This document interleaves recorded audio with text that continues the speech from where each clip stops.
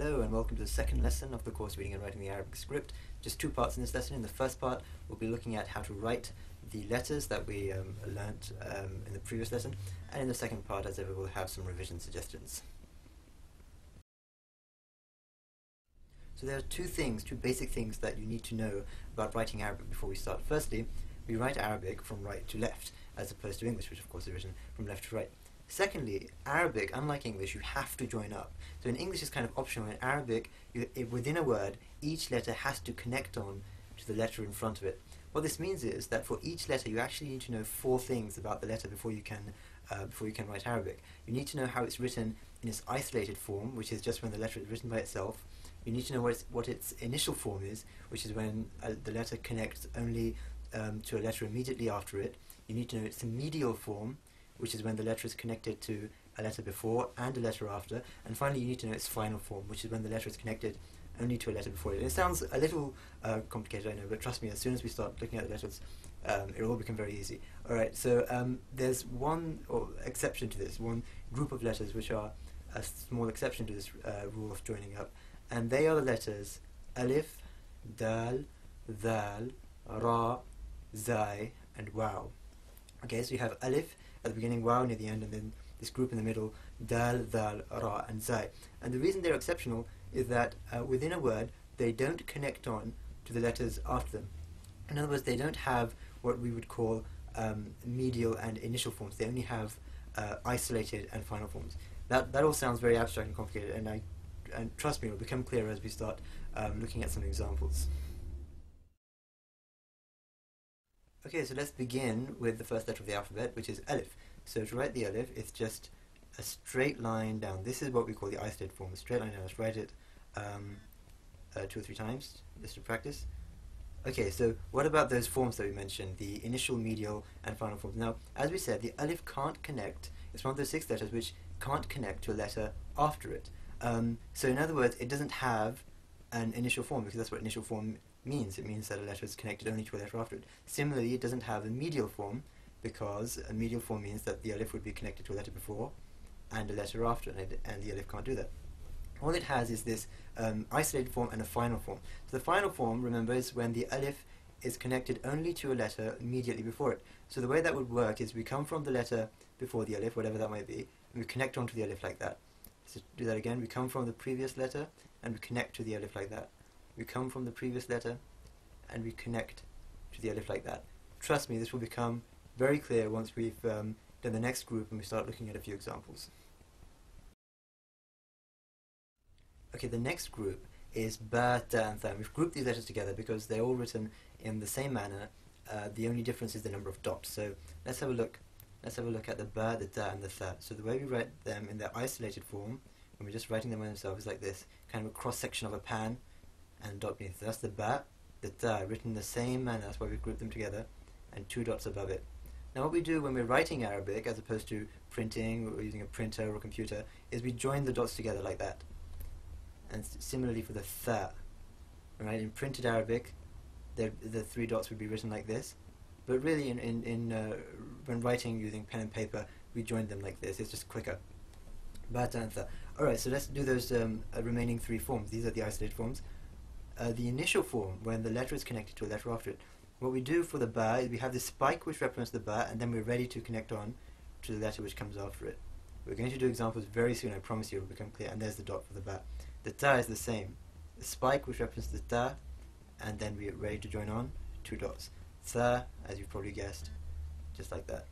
Alright, so what about the medial form? So there's a letter connecting before and after these letters. So we come from the previous letter, we make the spike which represents the Ba, and we move on to the next letter.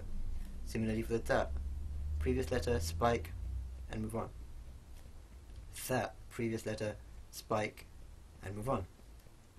Alright, and finally we need the final form. So this is when there's a letter connected before them only. So we come from a previous letter, whatever that letter might be, and this is what the final form of the Ba looks like. It looks just like the isolated form, but this tail here coming from the previous letter.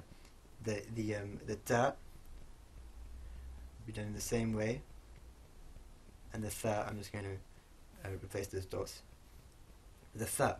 Alright, let's look at an example now. If I can just clear this. Alright, let's look at an example. Right, suppose we have a word in which we have these three letters.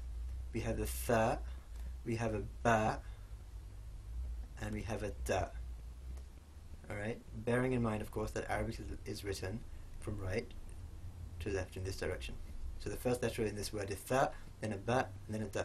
So which form of the th do we need? We need the initial form because it's only connected to a letter after it. There's nothing before it. So the initial form of the th looks like this. Th, and then you're ready to connect on. The ba, which form do we need? We need the medial form because it's connecting to a letter before and a letter after. So we come from a previous letter, we make the spike for the ba, and we're ready to join on to the next letter. There's a dot beneath to represent the ba. And the da, of course, means the final form. Previous letter, and then there's your da. Okay, now what we need to do is plug in these gaps here, and this is the word that we get. This is the word that we get. Th, the ba, and the da. Right, so that's how it works. You just need to figure out which form of the letter you need, the medial, the initial, the medial, the final, and then you just join on as required. So here's our word with th and ba and da. So what have we made here? How do we read this word, as it were? Well, really, you can't understand that until you understand the voweling system, and we're not going to do the voweling system until the next lesson. So there's no real way to read this. All we have is a series of consonants. But just to get ahead of ourselves a little bit, and just practice the voweling system for those who've already done that before. What we can do is just put them in now, and if you haven't done these, don't let them confuse you. They'll be covered in the next lesson. So if we have the th here, and we put a fatha above it, as it's called. We have the ba, and we put a dhamma above it, and the da, and we put a fatha above it. Again, if you haven't done these, please don't let them confuse you.